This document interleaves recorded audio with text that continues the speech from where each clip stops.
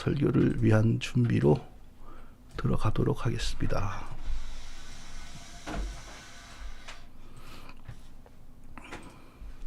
자, 오늘은 역대하 13번째 시간인데요. 역대하 13번째 시간인데 우시야 왕에 대해서 살펴보는 시간입니다. 우시야 왕에 대해서 살펴보도록 하겠습니다. 자, 유다의 역대 왕들을 한번 또 다시 정리해 보겠습니다. 첫 번째 사울, 그 다음에 다윗, 그 다음에 솔로몬, 그 다음에 르호보암. 여기까지는 우리 다 기억하죠. 근데 그 다음부터는 이제 기억이 안 나요. 르호보암 다음에 아비야 다음에 하나님께서 믿음 좋다고 하신 아사, 그리고 아사의 아들 그 다음에 여호사밧 왕도 믿음이 좋았습니다. 자, 다시 한번 이스라엘의 역사, 이스라엘의 왕들의 이야기인 이런 이야기를 우리가 예배 시간에 하나님의 말씀으로 살펴보는 이유를 또 한번 기억하겠습니다. 이것은 단순히 남의 나라 이스라엘 역사를 다루는 내용이 아니기 때문입니다. 하나님께서 우리를 구원하시기 위해서 먼저 이스라엘 민족을 자기 백성으로 삼았고 이스라엘의 역사와 이스라엘에게 셋업하신 종교를 통하여 우리를 구원하실 예수 그리스도가 지상에 오셨습니다. 그 준비를 하는데 이스라엘 백성들이 사용된 거죠. 예수 그리스도께서 먼저 그들 속으로 오셨고 그들의 역사와 종교 속에서 구원의 복음, 그리스도의 구원의 복음이 완성되었습니다. 그리고 완성된 그리스도의 구원의 복음이 온 세상으로 전파되어서 지금 우리가 구원을 받고 여기에 있는 거죠. 그러니까 그리스도의 복음을 완성시켜서 우리에게 주셔서 흩어진 하나님 백성들을 구원하기 위해 구약의 이스라엘 백성들은 먼저 쓰임을 받았고 그런 측면에서 이스라엘은 하나님의 눈동자 같았고 또 하나님의 심장 같았지요. 그러나 기독교는 타락한 아담의 후손들과 하나님 사이에서 구원을 위해서 일하실 중보자 예수 그리스도를 통하여 예수 그리스도를 믿음으로 하나님을 섬기는 종교입니다. 하나님이 구약의 이스라엘 민족을 통해 예수 그리스도의 복음을 완성하신 후 그러니까 이스라엘 민족도 이제 보통의 한 민족으로 돌아가서 하나님이 자기들을 통하여 세상에 보내신 예수 그리스도를 믿음으로 하나님 믿어야 되고 또 먼저 부르심을 받은 민족답게 그리스도를 더 열심히 믿고 더 열심히 온 세상에 전파해야 되었지요. 그러나 이스라엘은 하나님이 보내신 중보자를 거절했습니다. 중보자를 거절하고 스스로 직접 하나님께로 나가려고 했어요. 그러다가 심판과 저주를 받았죠. 그들이 중보자를 거부하고 하나님이 세상에서 자기와 타락한 죄인들 사이에 세운 중보자를 거부하고 자기들이 스스로 하나님께 나아갈 수 있다라고 생각한 것은 바로 율법과 제사였습니다. 율법과 제사가 있으니까 동물 제사가 있으니까 그곳으로 하나님께 나가면 된다. 중보자는 뭐 필요 없다. 뭐 중보자라는 용어를 알았건 몰랐건 간에 하나님이 우리에게 세상에 보내신 구세주는 필요가 없다. 이렇게 된 거죠.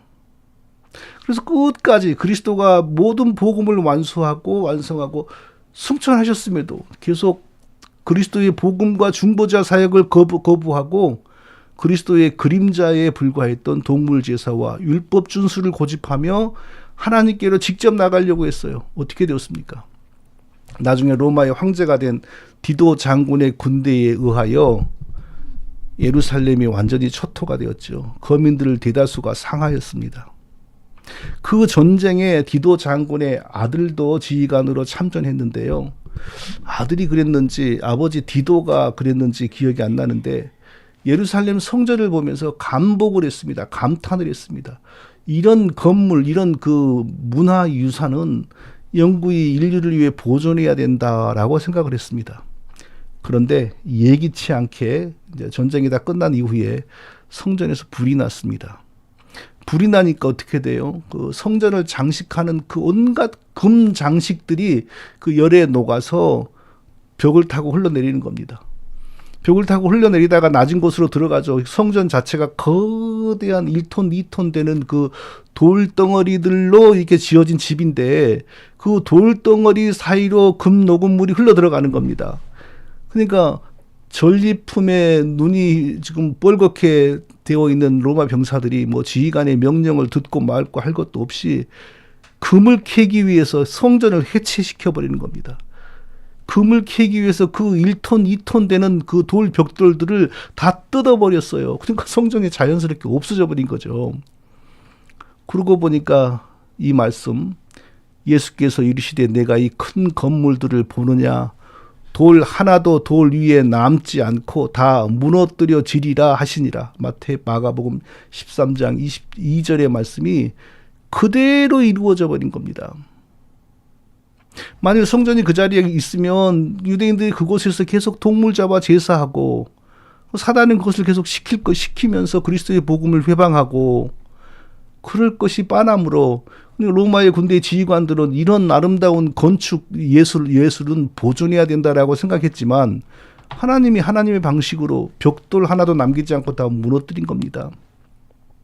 그리고 그 사람들이 거기 남아서 살고 있으면 계속 그런 일을 할 것이므로 대다수를 상하게 하고 살아남은 사람들도 세계로 흩어버렸습니다.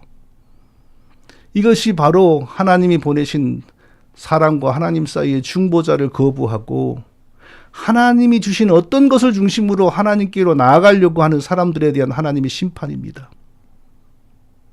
예, 물론 결말은 그랬지만 구약의 이스라엘은 하나님께 아주 소중했습니다. 예, 결말은 그렇게 되었지만 아주 소중했습니다. 네, 왜냐하면 그 이스라엘이라고 하는 밭을 통하여 하나님께서 사람과 죄인들 사이에 중보자를 오게 하실 것이기 때문입니다. 그래서 그 이스라엘이라고 하는 밭을 하나님께서 아주 소중하게 다루시고 경작했습니다. 그래서 우리는 구약의 이스라엘 왕들의 이야기, 백성들의 이야기를 통해 우리의 남은 인생이 어떻게 되면 하나님의 미움을 받아 인생이 고통스럽게 끝나겠구나 하는 걸 배울 수가 있고, 또 반대로 지금 우리가 어찌하면 하나님의 뜻과 계획과 목적에 맞는 인생을 살아서 하나님에게서 우리가 복을 받고 남은 인생을 복스럽게 살고 우리 자녀들에게도 복을 물려줄 수 있는지를 배울 수 있는 것입니다. 자, 이런 생각을 우리가 기억하면서 오늘도 이스라엘 한 왕의 이야기를 살펴보겠습니다. 자, 하나님께서 믿음이 좋았다고 칭찬하신 아사, 그리고 그 다음에 그의 아들 여호사밧 왕의 인생을 요약하는 말씀을 한 번 더 읽어보겠습니다. 아사 왕의 어머니 마아가가 아세라의 가증한 목상을 만들었으므로 아사가 그의 태우의 자리를 폐하고 그 우상을 찍고 바와 기드론 시냇가에 불살랐으나 왕이 자기 어머니를 태우 자리에서 폐해버렸어요. 왜? 우상 숭배하니까. 대단하죠. 그러니까 하나님께서 믿음이 좋다. 자기 어머니까지도 처벌하니까.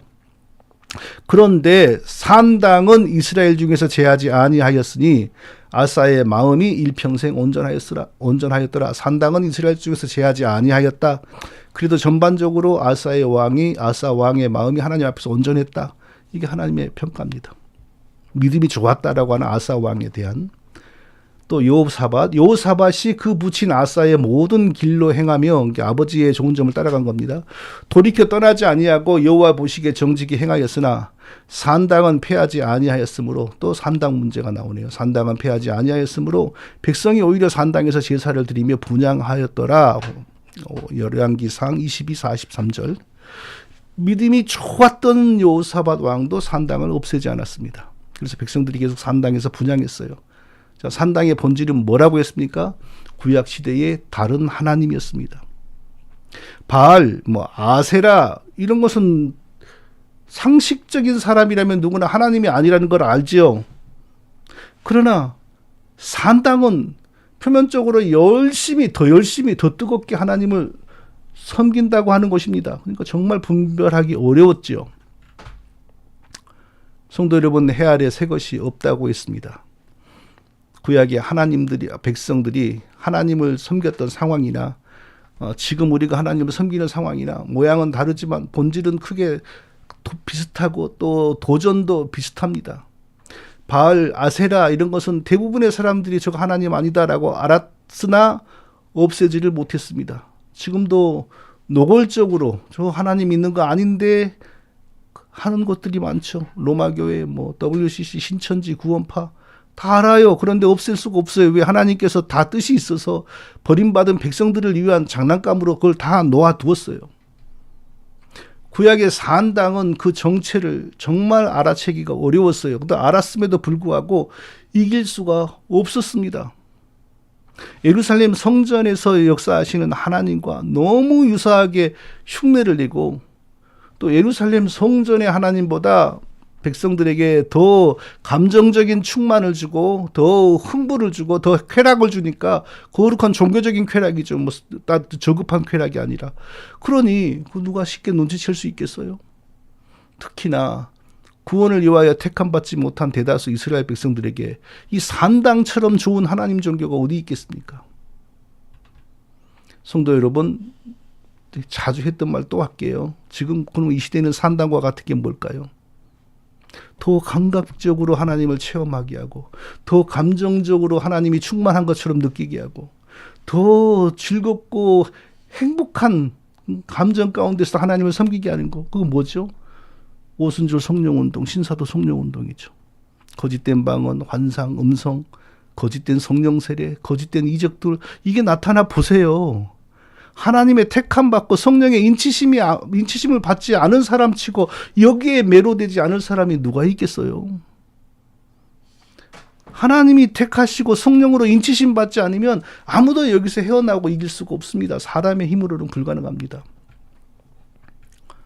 이스라엘 백성들이 그렇게 그 이단 생활하다가 포로가 되었죠. 외국의 포로가. 그리고 이제 70년간 포로 생활하다가 고토로 돌아왔습니다.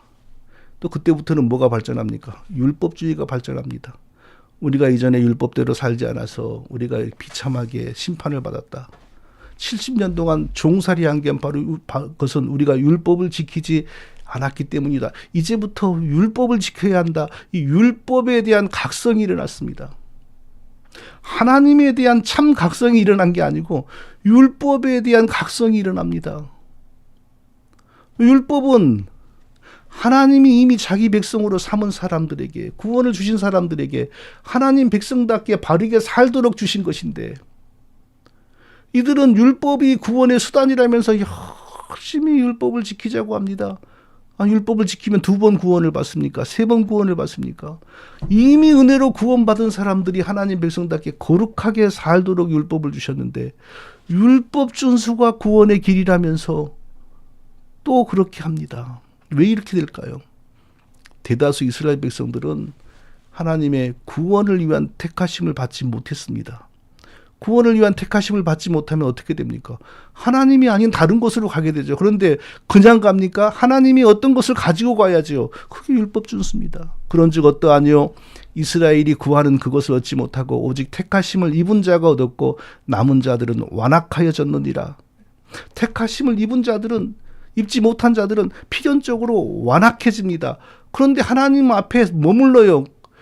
그런데 완악해져요. 그러면 어떻게 돼요? 참된 은혜로 가지 못하고 참된 하나님 그분으로 사는 것이 아니라 하나님의 어떤 것을 붙잡고 자기들의 종교를 만들어가는 것입니다.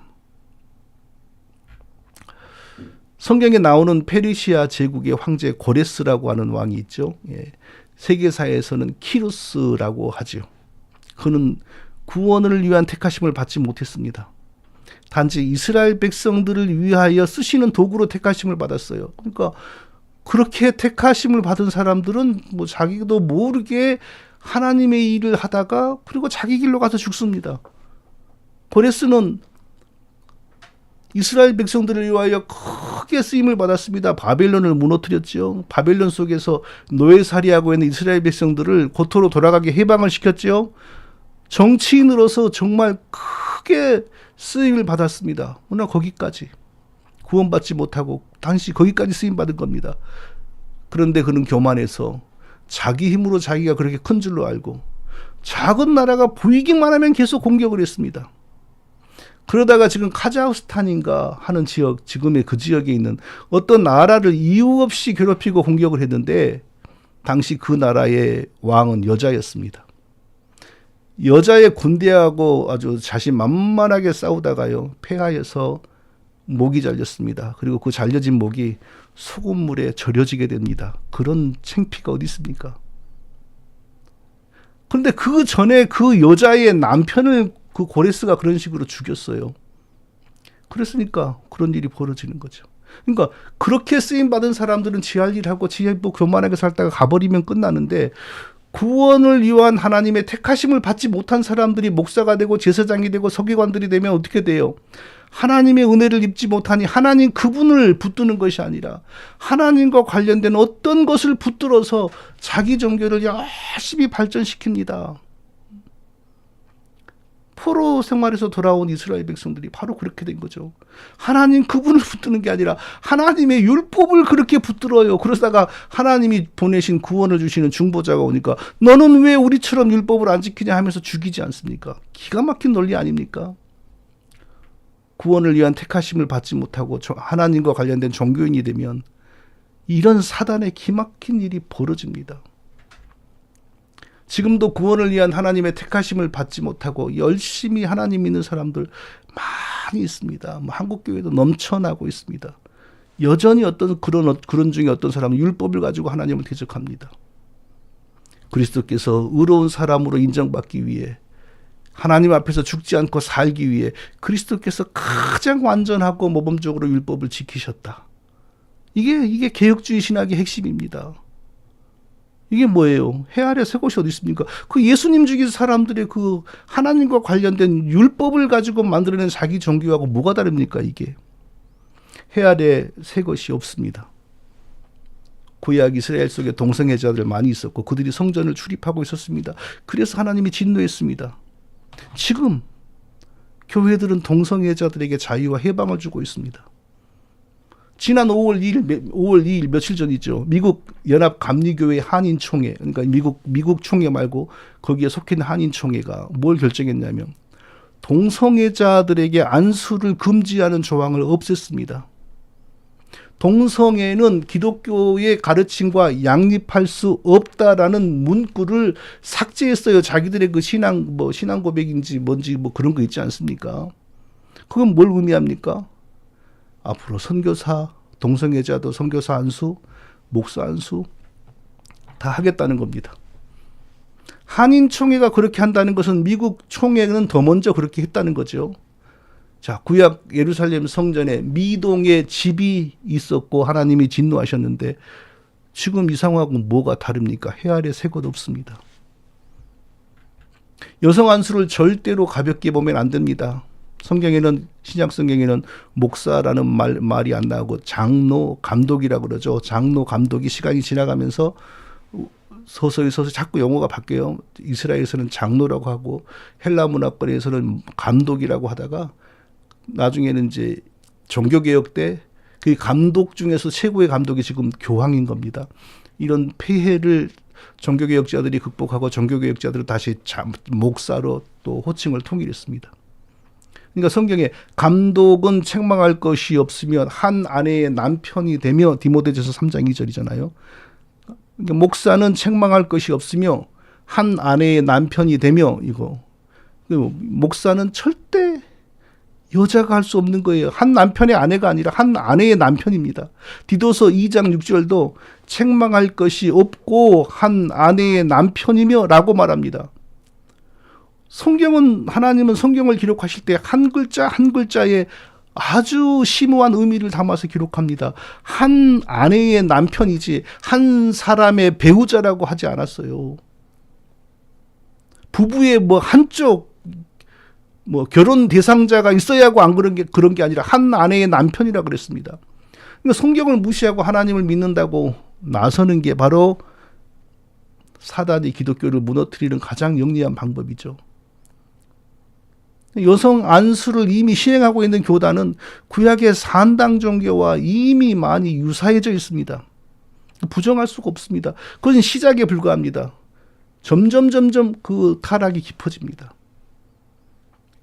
로마 교회는 기독교 신앙과 로마의 토속 신들 그리고 다른 고대의 신들이 합해져서 생겨난 종교입니다.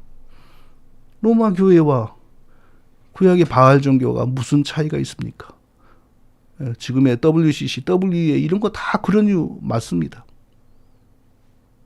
이스라엘 백성들이 그렇게 열광적으로 도저히 멈출 수 없는 마약 같은 행복감을 가지고 하나님을 섬겼던 산당 종교하고 오늘날 방언하고 불성령 세례받고 기름 부음 받는 오순절 신사도 운동의 성령과 무슨 차이가 있습니까? 해 아래 새 것은 없습니다. 똑같습니다.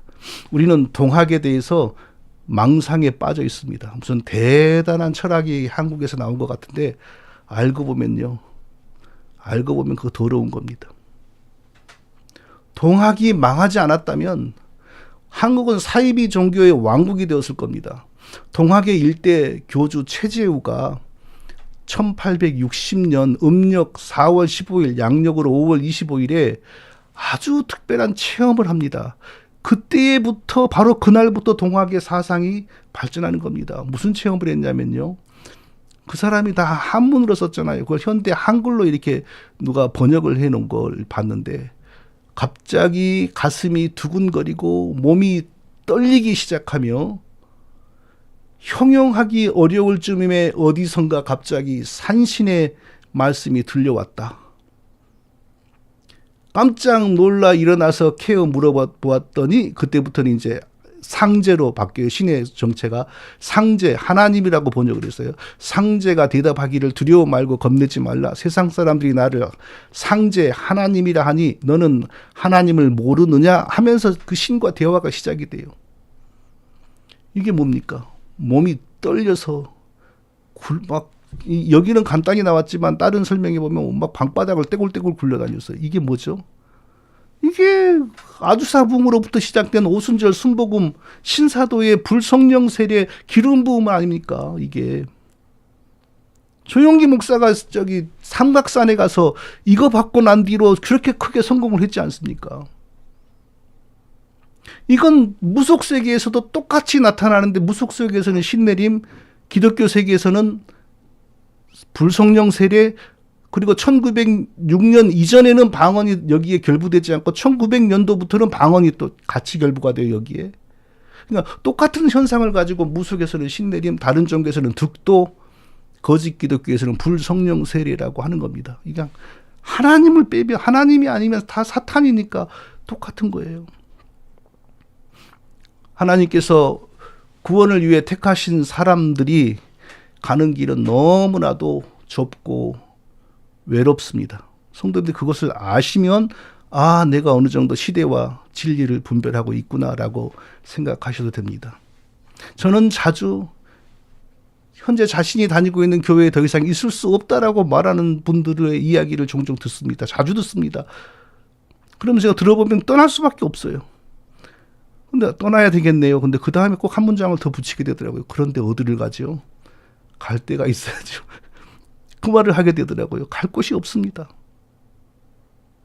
하나님이 구원을 주시려고 택하신 사람들에게 믿음의 길이란 정말 좁은 길이고 험난한 길입니다. 모를 때는 아무 데나 가서 합할 수 있죠. 그러나 알고 나면 갈 곳이 없습니다. 하나님께서 믿음이 좋다고 칭찬하셨던 아사, 여호사밧 이런 왕도 평생 산당이라고 하는 것을 싸우지도 못하고 그 악질 거짓 하나님과 싸움을 싸우지 않고 살았다는 이야기를 하면서 이야기가 길어졌네요. 자, 아사, 여호사밧 다음에 자기 형제들을 왕이 되자마자 다 죽이고 그래서 하나님이 치셔서 창자의 병이 들어 죽은 여호람, 그리고 여호람 다음에 1년 왕하다가 북쪽에 외갓집 갔다 죽은 아하시야가 나오죠.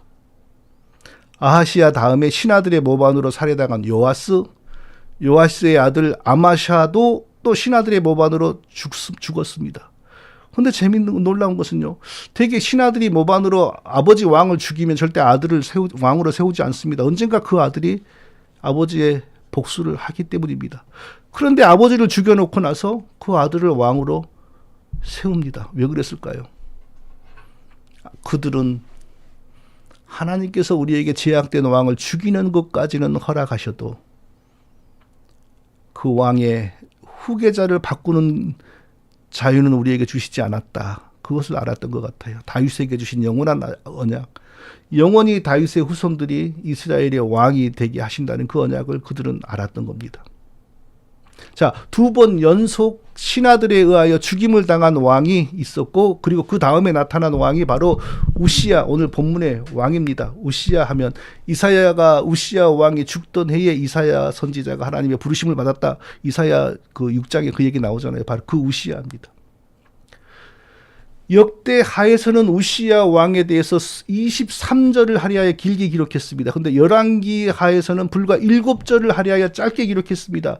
차이점이 있는데 열왕기 하에서는 이 사람의 이름을 아사랴라고 했고, 역대 하에서는 우시야라고 했습니다. 다른 사람은 아닙니다. 왜냐하면 이 인물의 아버지가 아마샤였고 그 아들은 요담이다 하는 얘기가 똑같아요. 그러니까 같은 사람이 열왕기 하에서는 아사랴이고 역대 하에서는 우시야인 거죠. 그러니까 한 사람이 생전에 2개의 이름으로 불렸다는 것을 우리가 알 수가 있습니다. 저는 한국에 가면 6월 마지막 주에 제가 이제 한국으로 가지 않습니까? 그러면 이제 틈을 내 가지고 뭐 쉴 때 한국에서도 좀 가볼 만한 데를 가보게 될 텐데, 소록도라고 하는 곳을 한번 가볼 생각입니다. 제 고향도 그쪽에서 멀지가 않아요. 근데 옛날에는 엄청 먼 거리였는데 지금은 그냥 그 바다 위로 엄청나게 긴 다리가 나와져서 쉽게 갈 수가 있게 되었습니다. 일제 강점기에 조선 총독부가 전국의 문둥병자들을 강제로 끌어다가 그 섬에 집어넣었어요. 그 섬은 지금 고흥반도라고 하는 것에 속해 있지만 거기 안에서도 섬입니다. 그러니까 고흥이라고 하는 곳은 제가 한국을 떠나기 전만 하더라도 정말 낙후된 곳이었습니다. 그럼 그 시절에는 얼마나 낙후되었겠습니까? 그 낙후된 곳에, 그러니까 뭐 옛날에 저기 유배 가는 곳 중에 하나가 바로 그런 동네 아니었습니까? 뭐 고흥, 강진, 뭐 해남 다 그런 데였죠. 지금은 엄청나게 좋게 관광지로 꾸며져 있지만 처음에는 전국의 문둥병자들을 싹 끌어다가 격리시켜버린 곳이었어요. 그 격리당하기 위하여 끌려가는 문둥병자의 심정이 어떻겠습니까? 부모로부터 강제로 격리당하고 형제로부터, 친구로부터, 사회로부터 강제로 격리당하는 그 심정. 그때는 약도 없었습니다. 우시야 왕은 지금부터 2700년 전에 사람이고 왕이었는데 문둥병자가 되어버렸어요. 왕을 하다가 문둥병자가 되어버렸습니다. 왕이면 뭐합니까? 문둥병자인데 그 좋은 왕궁에 살지도 못하고 별궁에서 살았다고 합니다. 말이 좋아서 별궁이지 그게 뭡니까? 그 강제로 자가격리 시킨 것 아닙니까? 근데 왕이니까 좀 더 시설을 좋게 해준 겁니다. 대체 무슨 일로 우시야 왕은 하나님의 심판을 받아 문둥병자가 되었을까요? 자, 열왕기의 하에서는 이 짧게 기록하는데 딱 한 가지 죄만 언급을 해요. 아사랴가 그의 아버지 아마샤의 모든 행위대로 여호와 보시기에 정직히 행하였으나 오직 산당은 제거하지 아니하였으므로 백성이 여전히 산당에서 제사를 드리며 분향하였고, 열왕기하 15장 3절 4절 이 얘기 다음에 그리고 하나님이 치셔서 문둥병자 되었다 이 얘기가 나오는 겁니다.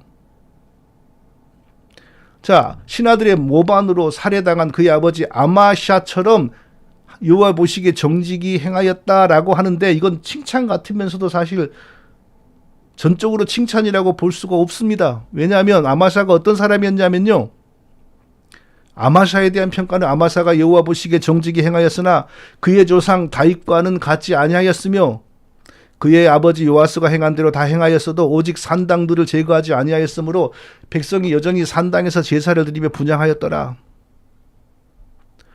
칭찬 같지만 사실 칭찬 아닙니다. 아마사의 아버지 우시야의 아버지 아마사는 어떤 사람이었냐? 쉽고 자기에게 이익이 되고 자기에게 해가 되지 않은 면에서는 하나님의 뜻대로 했습니다. 예를 들자면 자기가 나중에 세력이 안정되었을 때 자기 아버지를 죽인 신하들을 처벌해야 되잖아요. 근데 그 신하들만 처벌하고 그의 자식들을 죽이지 않았어요. 그래서 사람들은 야, 저 사람 하나님의 사람이다 라고 했지요. 자, 그런 면에서는 여호와 보시기에 정직히 행하였습니다. 그러나 조금의 에돔이라는 나라와 전쟁을 할 때는 북쪽 그 우상의 제국 나라의 군대 10만 명을 돈 주고 샀습니다. 얼마를 줬냐? 은 100달란트, 한 달란트가 32kg, 34kg니까 100달란트면 3,400kg입니다. 요즘 1톤 트럭 34대가 동원되어야 이 운반할 수 있는 은덩어리를 북쪽에 지불하고 용병 10만을 샀습니다. 실제로 샀습니다. 나중에 선지자가 책망해서 돌려보내긴 했지만.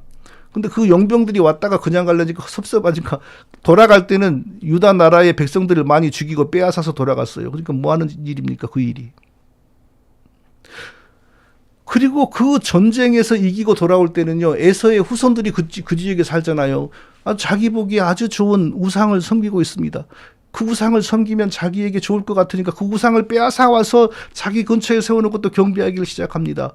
자, 이런 사람을 향하여 여호와 보시기에 정직히 행하였다. 이것은 하나님의 좀 이상한 표현 있죠, 이건. 그러니까 자기가 자기에게 이익이 될 때는 하나님께 잘하고, 자기에게 더 이익이 되는 길이 따로 있을 것 같으면 하나님도 버렸다 이거죠. 칭찬인 것 같으나 칭찬이 아니었습니다. 그리고 그 아버지가 산 땅에 대해서 전혀 고민이나 근심을 하지 않았던 것처럼 이 우시야도 산 땅에 대해서는 전혀 고민이 없습니다.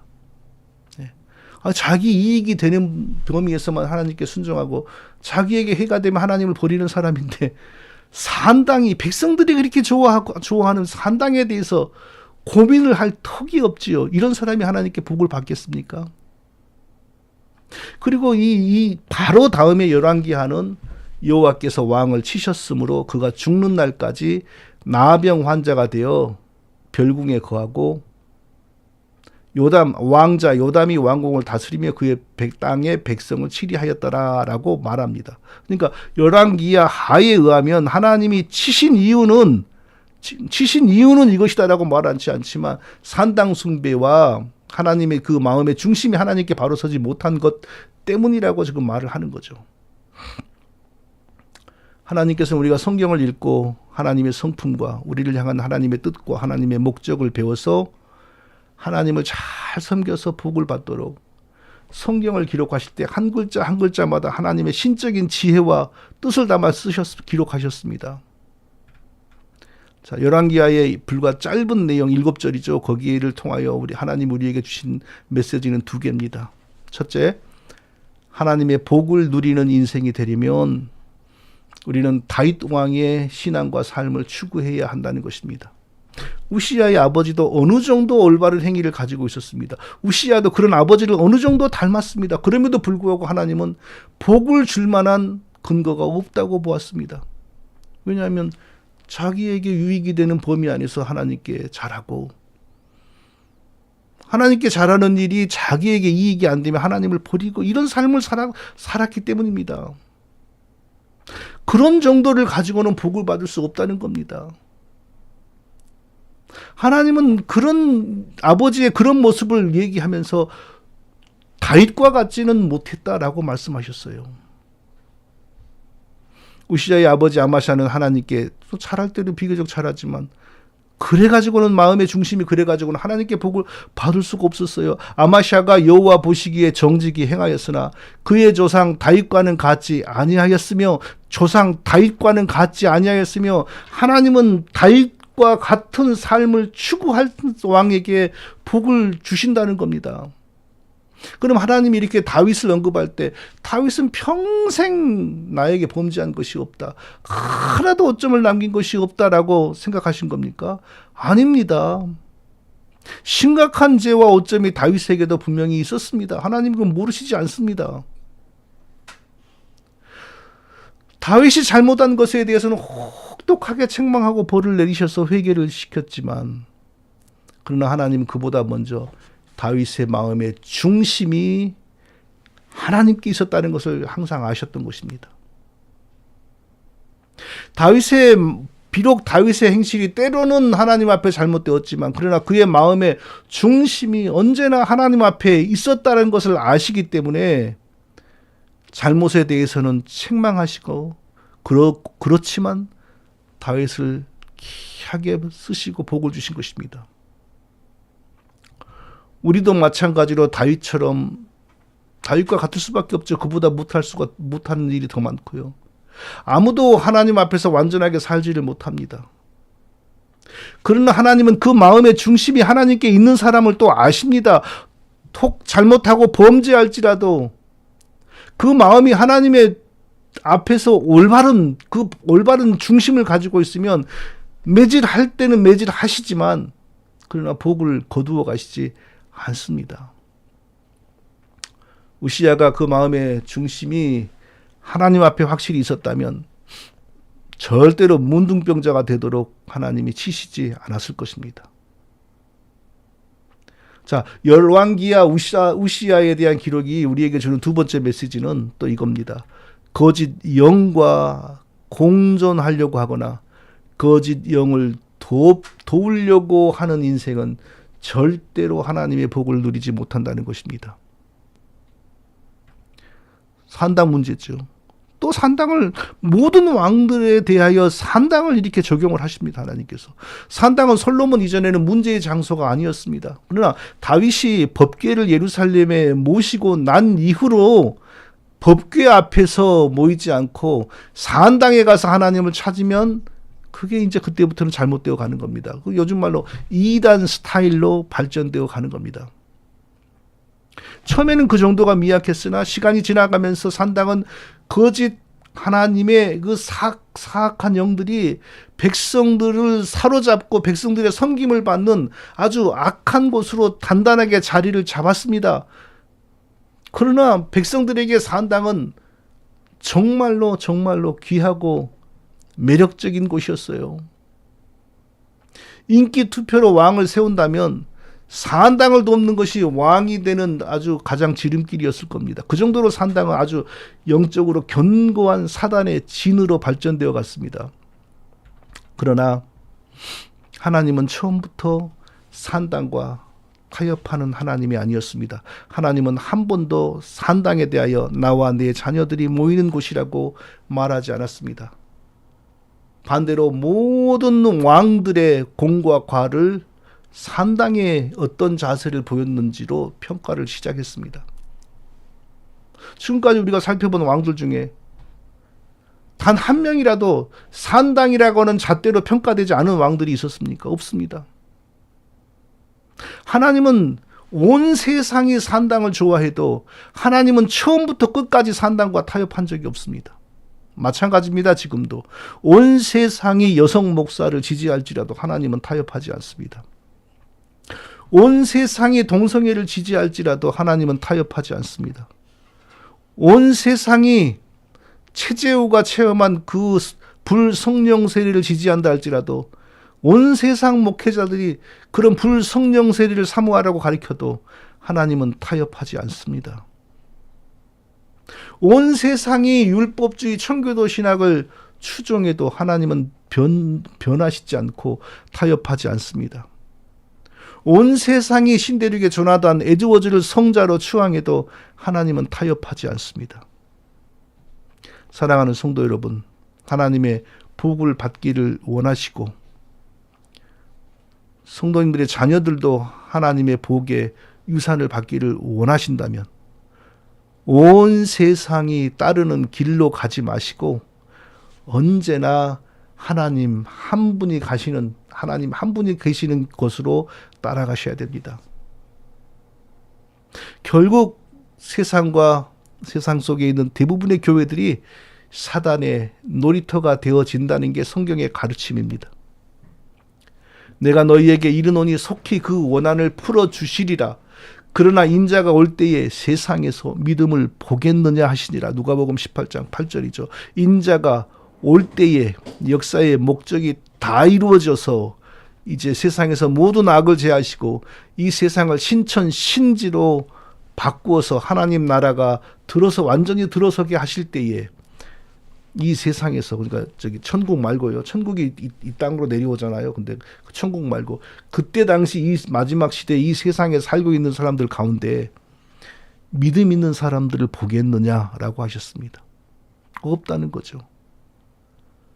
예수님이 재림하실 때가 되면 천국의 성도들은 많죠. 그러나 그 무렵에 지상에 살고 있는 사람들 가운데 참된 믿음을 가지는 사람은 거의 없다는 겁니다. 이건 공개된 비밀입니다. 하나님이 다 공개해 놓은 비밀입니다.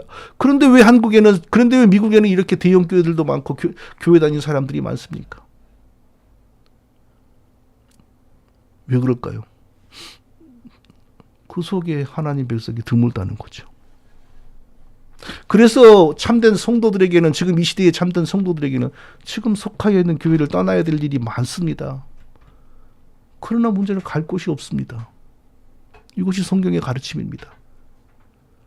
사랑하는 성도님들, 하나님께서 주시는 복을 받으시기를 원하시고, 또 하나님이 주시는 복 가운데 남은 인생을 평안히 마치시기를 원하시고, 그리고 떠난 후에 남은 자녀들도 하나님의 복을 받기를 원하신다면 온 세상과 온 세상 교회들이 가는 길로 가지 마시고 끝까지 하나님 편에 서시기를 축원드립니다.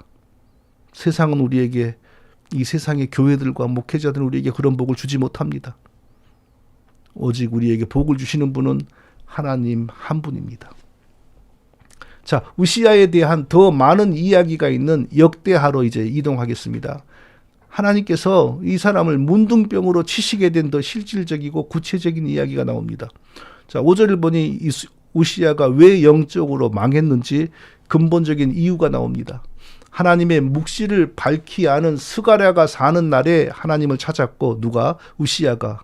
스가랴가 사는 날에, 이 스가랴가 누군지는 모르겠어요.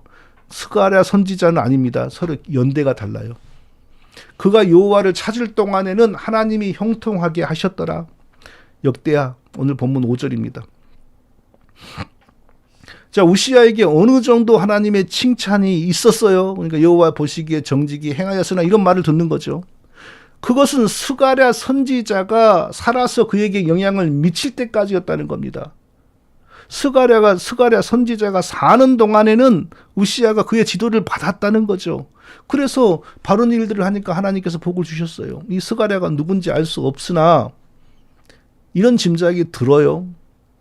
자, 우시야의 아버지를 신하들이 죽였습니다. 그러면 그 신하들이 주도권을 가지고 있으니까 다윗 왕도 결정할 거 아니겠어요? 그 신하들은 찝찝하죠. 지금 왕으로 세워지면 감사합니다 하지만 나중에 자리가 잡히고 권력을 가지게 되면 아버지 복수를 하지 않을 자식이 어디가 있어요. 아무리 아버지를 싫어해도 자식은 아버지의 복수를 하게 되어 있습니다. 그래서 다른 왕을 세우자라고 분명히 했을 겁니다. 사람인데 안 그랬겠습니까?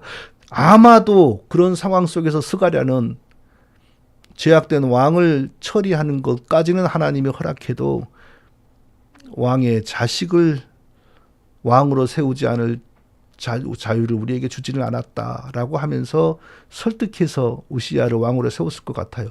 그러니까 우시야가 스가랴 선생님 하면서 말을 잘 들었겠지요. 그래서 그 스가랴가 살아있는 동안에는 하나님의 말씀들을 행했고, 그거 보시고 하나님께서 복을 주신 거죠. 그가 강성하여 짐에, 그러니까 그런 과정에서 어느 정도 하나님께서 그를 강성하게 했습니다. 그런데 그의 마음이 교만하여 악을 행하며 그의 하나님 여호와께 범죄하되 곧 여호와의 성전에 들어가서 향단에 분향하려 한지라. 그러니까 스가랴가 살아있는 동안에는 그의 지도를 받아서 시키는 대로 하면서 하나님의 복을 받고, 또 하나님의 은혜로 나라도 부강해지고 자기 권력도 견고해졌습니다. 물론 그때에도 산당을 없애려고는 그런 마음 가지지 않았죠. 또 다윗처럼 그의 마음의 중심이 언제나 하나님 앞에 바르게 있는 것도 아니었어요. 그러나 하나님은 스가랴가 사는 동안에 그가 행하는 걸 보고 복을 어느 정도 주셨어요. 나라가 부강해졌고 그의 권력도 강해졌습니다. 그러면 더 몸을 숙이고 낮추고 하나님께 겸손하고 감사드리고 더 열심히 하나님의 말씀을 배우고 공부하여서 하나님의 뜻을 바르게 이해하고 행하기 위해서 노력해야 되지 않습니까? 그런데 스가랴가 떠나서 이제 선생이 없어지니까 마음이 교만해집니다. 이제 자기가 진짜 이제 왕이 되었다고 생각하니까 교만해지는 거예요. 어느 날 갑자기 내가 제사장 일도 하고 싶다. 왜 내가 다른 건 마음대로 다 하는데 왜 내가 성전에 못 들어가냐. 내가 들어가서 직접 하나님께 향을 피우고 싶다. 이런 생각이 들고 이런 말을 하는 거예요. 그래서 대제사장과 80명의 제사장들이 어느 날 스가랴가 들어오는 걸 막았습니다. 자, 80명의 제사장들이 우시야 왕이 성전으로 들어오는 걸 막았다는 것은 우시야가 분향하려고 성전에 들어가는 일이 그날 아침에 갑자기 그런 생각이 들어서 그날 오후에 들어간 게 아니라 이미 여러 달 전부터 정책적으로 헌법적으로 내가 제사장 일도 해야 되겠다 하는 뜻을 밝히면서 공개적으로 하나님의 법을 바꾸려고 했다는 것 아닙니까? 그러니까 그가 들어오는 걸 보고 제사장 연락망이 가동이 되어 80명의 제사장들이 나와서 막은 거 아닙니까? 충분히 그 전에 나는 이런 일을 하고 싶다. 전하 아니되옵니다. 이런 묵신각신이 이미 오래전부터 있었다는 겁니다. 그러나 그는 결국 성전으로 밀고 들어갔어요. 자기 근위병들, 호위병들 데리고 들어갔겠죠. 대체 우시야는 왜 이런 교만한 마음을 가지게 되었을까요? 해답은 한 가지인 것 같습니다. 그 당시 이방 나라의 왕들은 최고의 권력자이면서 동시에 그 나라 신의 제사장인 경우가 많았습니다. 자, 바알을 섬기는 페니키아라고 하는 나라의 왕은 왕이면서 동시에 바알 신의 제사장이었습니다. 그 제사장의 딸이 북이스라엘 아합에게 시집을 갔고 그 아합과 그 딸이 낳은 딸이 밑에 남쪽으로 또 시집을 가고 그 남쪽에서 자식을 낳았지 않습니까? 그래서 북이스라엘과 남쪽이 같이 위기에 처했던 겁니다. 고대 로마에서는 그 나라의 그냥 공인된 사제 중에서 태양신 사제죠. 최고의 사제를 폰티펙스 막시무스라고 불렀습니다. 최고의 제사장 그런 뜻입니다. 또 의역을 하면 다리를 놓는 사람 이 뜻입니다. 하늘과 땅 사이에 다리를 놓는다 이것은 영매라는 거죠. 그러니까 로마의 태양신의 제사장은 쉽게 말하면 사단과 땅의 사람들 사이를 연결시키는 뭐 동양 세계의 그 뭐죠? 샤머니즘하고 샤만이라고 똑같은 거죠. 나중에 근데 율리어스 카이사르 때부터 이 폰티펙스 막시무스라고 하는 이 동양으로 말하면 샤만, 최고의 샤만, 그리고 유럽 그 나라에서는 최고의 제사장, 이 호칭이 율리어스 카이사르에게 주어집니다. 그러니까 율리어스 카이사르가 최고의 권력자이면서 동시에 로마의 태양신의 제사장이 됩니다. 그리고 카이사르 이후에 모든 황제들이 다 그 호칭을 차지합니다. 그러다가 기독교가 들어가서 어떤 황제가 이 이상한 그 제사장 뭐 이런 호칭이 싫다 하니까 그것을 누가 가져갔냐 하면 교황이 가져갔습니다. 지금 교황이 가지고 있는 호칭 중에 하나가 바로 폰티펙스 막시무스인데 그게 원래 로마의 태양신 제사장의 최고 제사장의 호칭입니다. 교황이 그 호칭을 좋아하고 한다는 게 뭐예요? 자기가 태양신 사제라는 걸 스스로 말하는 거 아닙니까? 로마 교회 보세요. 얼마나 그 태양 숭배 그 상징들이 많은가 보세요. 정상적인 절대 기독교 아닙니다. 로마 교회는. 우시야는 그런 생각을 한 거죠. 다른 나라에서는 다 왕이 최고의 제사장인데 왜 이 나라에서는 왕만 하고 제사장이 되지 못하느냐. 이런 생각을 가지고 있었던 겁니다. 마음의 중심이 하나님 앞에서 바르지 못했다는 게 바로 여기서 드러나는 거죠. 하나님께 분향하는 것도 자기가 정말 하나님을 경배하고 싶은 그런 마음에서 나오는 것이 아니고 종교 영역의 왕이 되고 종교 영역의 최고의 권력자가 되고 싶은 그 욕망에서 나오는 거예요. 엘리자베스 여왕이요. 1603년에 죽었죠. 엘리자베스 여왕이. 바로 그래서 성공회를 그렇게 후원을 한 겁니다. 영국 성공회는 왕이 사제를 임명을 하거든요. 그러니까 왕이 가만히 앉아서 세속 사회를 통치하고 가만히 앉아서 영적인 세계를 통치를 하는 거예요. 그 왕들에게는 그런 욕망이 있는 모양입니다. 자기 성공을 위한 욕망으로 제사장 80명이 만류를 하는데도 근위병들을 대동해서 뿌리치고 들어가서 직접 하나님께 향을 피우려고 손을 내뻗어서 향로를 잡는 순간 하나님이 치셔서 그에게 문둥병이 생겼습니다. 그래서 그때부터 영원히 죽을 때까지 격리, 강제 격리되어 살다가 죽었습니다. 하나님께서 우시야를 문둥병으로 치신 이유, 첫째, 그의 마음의 중심은 하나님 앞에 바르지 않았어요. 자기의 성공과 자기의 명예와 자기의 권력에 취하여서 이제는 영적인 세계, 하나님을 섬기는 영적인 세계도 자기가 직접 관할하고 싶었던 겁니다. 둘째, 거짓 하나님이 백성들의 영혼을 사냥하는 산당을 막을 수 있는 유일한 사람이 바로 이 왕이었는데, 만일 이 우시야 왕이 자기 인기를 포기하고 내가 고생을 하더라도 하나님을 위해서 바르게 해야 되겠다라고 산당을 철폐하려고 시도했으면 그럴 수 있었습니다. 왕에게는 그럴 힘이 있습니다. 그런 일을 하라고 왕을 세웠습니다. 그랬다면 하나님이 절대로 우시야에게 문둥병 내리지 않았을 겁니다. 그러나 그런 하나님을 위한 중요한 일은 신경 쓰지 않고 타락한 백성들이 좋아하는 산당을 오히려 돕습니다. 하나님이 이런 사람에게 복을 주겠습니까? 셋째, 우시야는 하나님과 성전까지도 자기 욕망과 성공의 수단으로 삼았습니다. 이미 보이는 세계를 장악하는 왕이 바로 난데 보이지 않는 영적인 세계는 왜 내 손속에 들어오지 않느냐? 이런 욕망을 품었던 겁니다. 이스라엘의 진정한 왕은 오직 예수 그리스도입니다. 물론 그때는 그냥 여호와 하나님이죠. 여호와 하나님의 성육신자 예수 그리스도를 통하여 이스라엘이 구원받고 우리도 구원받습니다. 이미 나타나지 않은 예수 그리스도가 이미 당시 이스라엘 백성들을 이끌고 계셨습니다. 예수 그리스도는 자기가 세상의 중보자가 되시어 하나님 사람 중보자가 되어 되시어 나타나서 우리의 구원의 복을 완성시키기 전에 이미 자기를 계시하는 종들을 세웠습니다. 왕을 세웠고 선지자를 세웠고 제사장들을 세웠습니다. 그들은 부분적으로 예수님 일을 했어요. 그들이 신실하게 그 일을 잘하면 아직 나타나시지 않은 예수 그리스도의 은혜가 이스라엘 백성들에게 넘쳤습니다. 선지자는 선지자의 일을, 제사장은 제사장의 일을, 왕은 왕의 일을 함으로 인하여 이스라엘 민족과 그들의 종교가 하나님의 은혜로 풍성해지는 겁니다.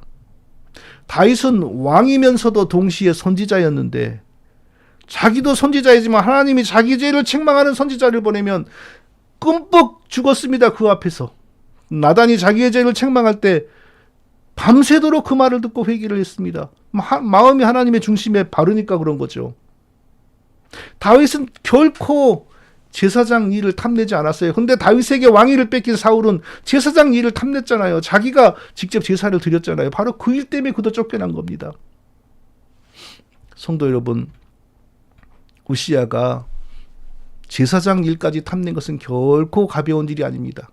하나님이 자기 백성들을 구원하시기 위하여 세우신 제도와 질서를 무너뜨린 겁니다. 그리하지 않았어도 하나님은 우시야에게 결코 좋은 복을 주시지 않았겠지만 성전에 들어가서 그 일을 하는 순간 바로 그 일이 문둥병을 불러오는 방아쇠가 된 겁니다. 자, 저와 우리가 우시야를 통해 하나님의 복을 받는 남은 인생을 살기 위해 우리가 세 가지를 마음에 기억할 수 있기를 바랍니다. 첫째, 마음의 중심이 다윗처럼 하나님 앞에서 올바라야 합니다. 그러면 우리가 잠시 죄를 짓더라도 하나님 우리를 책망하고 때리기는 하셔도 복을 거둬가지 않습니다. 우리 마음이 중심이 하나님 앞에서 분명하게 있으면 하나님은 회개시키고 우리를 회복시키고 여전히 복과 은혜 가운데 살게 하십니다. 둘째, 언제나 다른 복음, 다른 예수, 다른 영에 대해서는 절대 타협이 없어야 됩니다.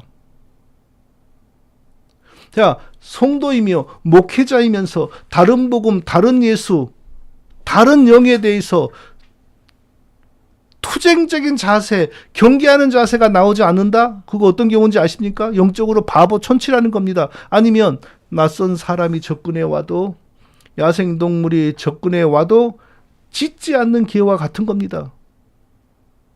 도둑이 와도 들짐승이 와도 자연스럽게 친구가 되는 게 키울 필요가 없는 거죠. 성도가, 목회자가 다른 예수, 다른 복음, 다른 영에게 그렇게 예민한 자세가 없으면 하나님이 왜 복을 주십니까? 복을 줄 수가 없습니다. 셋째, 우리는 언제나 하나님이 주신 우리에게 주신 우리의 자리와 지위와 역할을 지켜야 됩니다. 하나님의 교회는 무질서하지 않습니다. 성령의 인도하심을 받는 사람은 결코 하나님의 질서를 파괴하지 않습니다. 아무리 똑똑하고 아무리 똑똑해서 성경에 대해서 잘 알아도 교회의 질서를 무시하고 파괴하는 사람은 성령의 사람이 아니고 거짓 영의 사람입니다. 교만은 하나님이 가장 미워하는 죄이고 교만하면 반드시 징계를 받고 망합니다. 저와 사랑하는 우리 모든 성도님들이 남은 인생을 하나님의 복을 누리면서 평안히 사시고 또 우리의 이 복된 믿음의 유산이 자녀들에게까지 잘 전달이 되어서 자녀들까지도 하나님을 잘 섬기면서 살 수 있기를 예수님의 이름으로 축원드립니다. 거룩하신 아버지 하나님, 이스라엘의 왕들과 백성들의 이야기를 통하여 우리가 남은 인생을 어떻게 하나님의 복을 누리면서 어떻게 가정과 자녀들에게도 하나님의 복이 준비되는 그런 인생을 살아야 할지를 생각해 봅니다. 귀한 말씀을 권면하여 주시니 감사합니다. 하나님의 복을 누리기에 합당한 저와 우리 모두가 다 되게 하여 주시옵소서. 예수님의 이름으로 기도합니다. 아멘. 찬송가